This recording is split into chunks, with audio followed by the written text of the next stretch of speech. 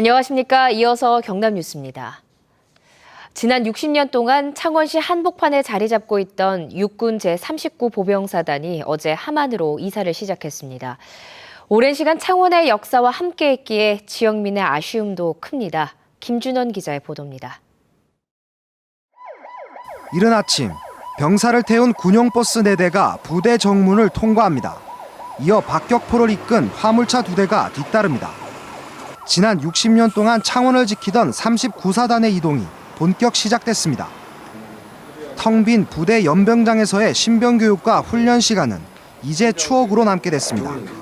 창원 39사단에서만 30년 넘게 복무한 52살 김운태 원사. 20살 이등병으로 시작해 인생의 절반 이상을 함께한 부대였기에 떠나는 발걸음이 쉽게 떨어지지 않습니다. 생사과학을 같이 한 상태에서 상당히 아쉽고 떠나더라도 이 땅은 영원히 기억을 할 것 같습니다.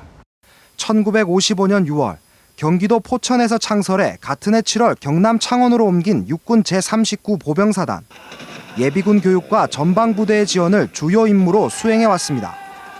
2003년 경남을 덮친 태풍 매미 등 지역의 크고 작은 재난에 투입돼 시리에 빠진 지역민을 돕고 군 주변 지역 경제 발전에도 적지 않은 버팀목 역할을 해왔습니다.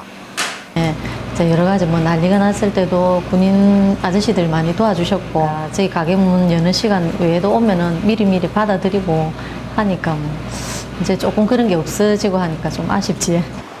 39사단은 반세기 넘는 역사를 함께했던 130만 제곱미터 터를 창원시 도시개발 계획에 내주고 함안에서 새 역사를 이어갈 계획입니다.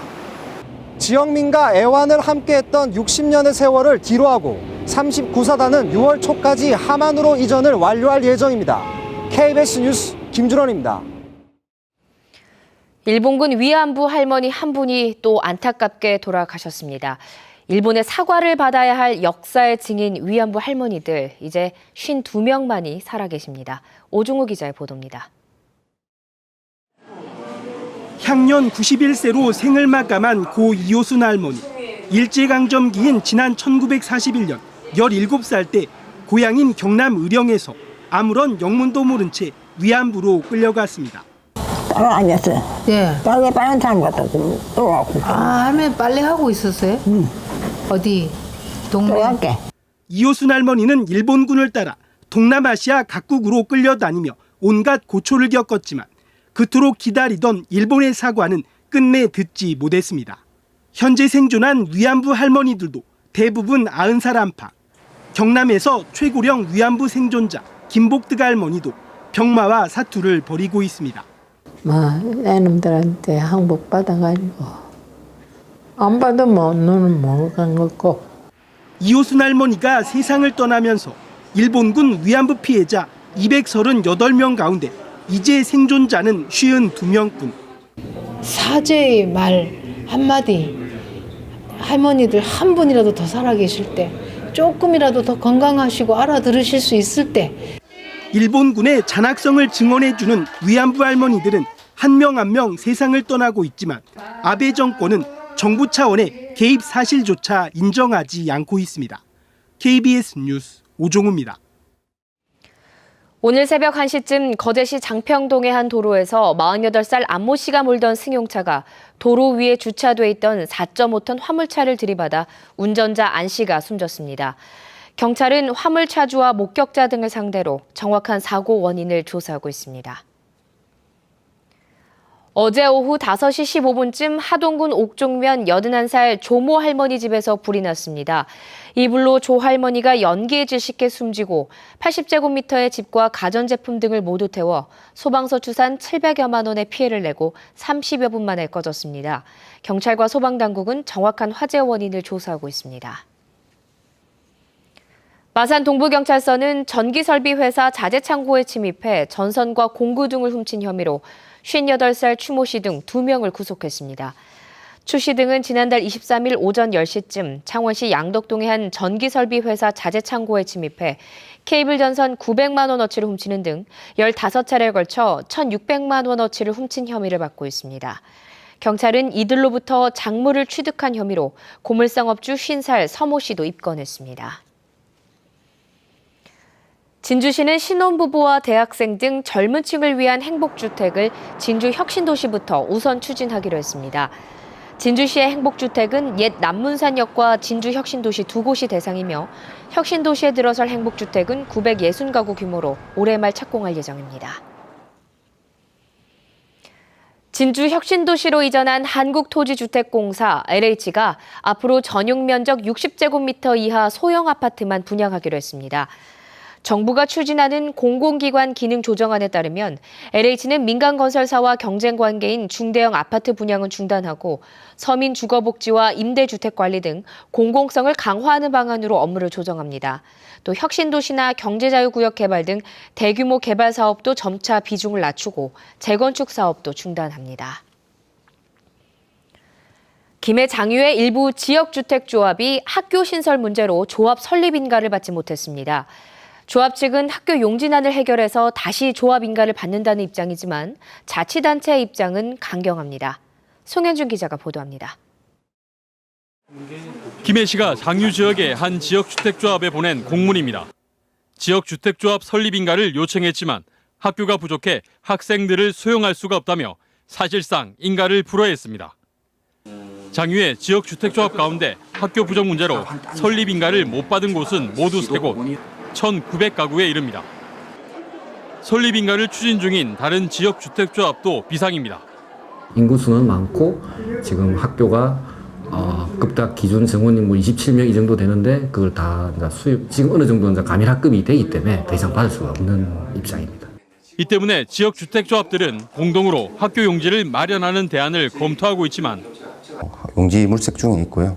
그 용지를 물색해가지고 이제 학교 지정을 받아가지고 이제 그걸로 대체를 하려고 노력 중에 있습니다.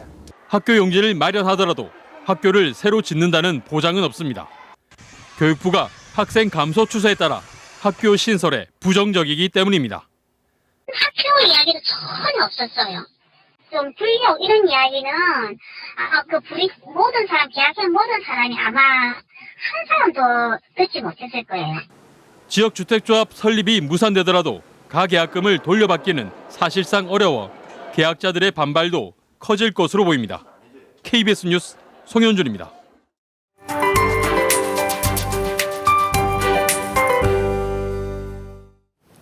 요즘 유난히 더운 날씨가 이어지고 있습니다.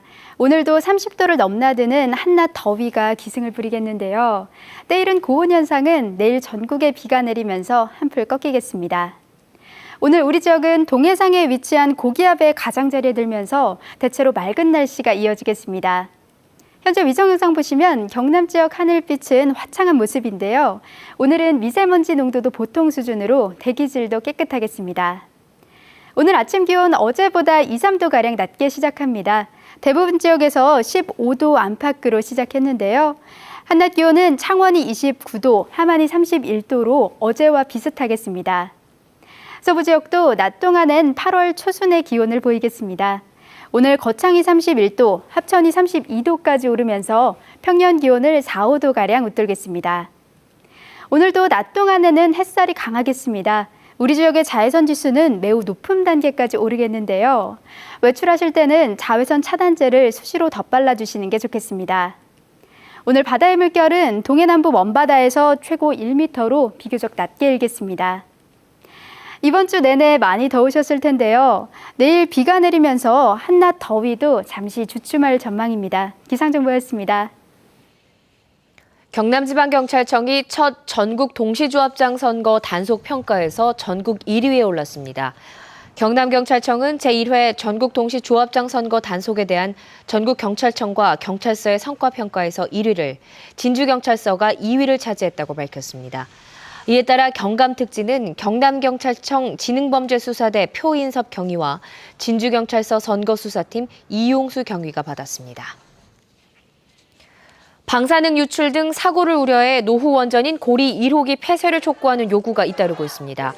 탈핵 경남시민운동은 어제 고리 1호기는 1978년 건설돼 37년이 지난 노후 원전으로 사고가 127번이나 발생해 대형 사고의 우려가 크다고 주장했습니다.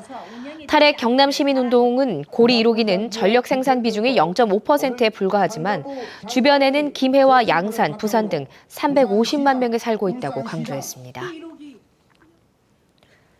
지난해 경남을 방문한 외국인 관광객 수가 50만 명을 넘어서 전년 대비 2배 이상 증가했습니다. 한국문화관광연구원은 지난해 경남을 방문한 외국인 관광객은 51만 1,000명으로 2013년 20만 6천 명보다 147%, 30만 4천 명이 늘었다고 밝혔습니다. 경상남도는 전국 17개 시도 가운데 관광객 수 7위를 기록해 전년도보다 5단계 뛰어올랐습니다.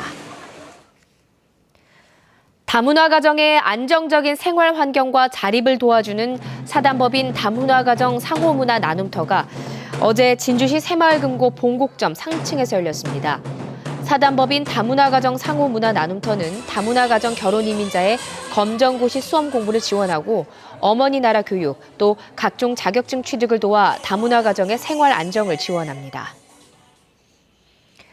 위기에 처한 경남과 부산의 조선 기자재 산업을 살리기 위해서 맞춤형 지원이 절실하다는 요구가 많습니다. 한국무역협회가 어제 부산 조선해양 기자재회관에서 마련한 간담회에서 경남과 부산 조선기자재 수출기업 대표들은 조선소나 선주를 직접 연결해주거나 중소업체를 위한 환율 지원 정책 등 맞춤형 지원이 시급하다고 건의했습니다. 이에 김정관 무역협회 부회장은 정부와 유관기관과 긴밀하게 협조해 종합적인 지원 대책 지역을 마련하겠다고 말했습니다. 흥청 일대기를 표현한 작품 역사 속 흥청 이야기가 내일 오후 3시 진해문화센터 공연장 아리아홀에서 무료로 공연됩니다. 미스터리 블랙 코미디 연극 취미의 방이 내일 오후 3시와 7시 하만문화예술회관에서 공연됩니다. 한국전업미술가협회 경남지회 특별기획전, 기업과 만나다, 어울림과 소통전이 다음 달 1일까지 창원 성산아트홀에서 전시됩니다. KBS 뉴스를 마칩니다. 고맙습니다.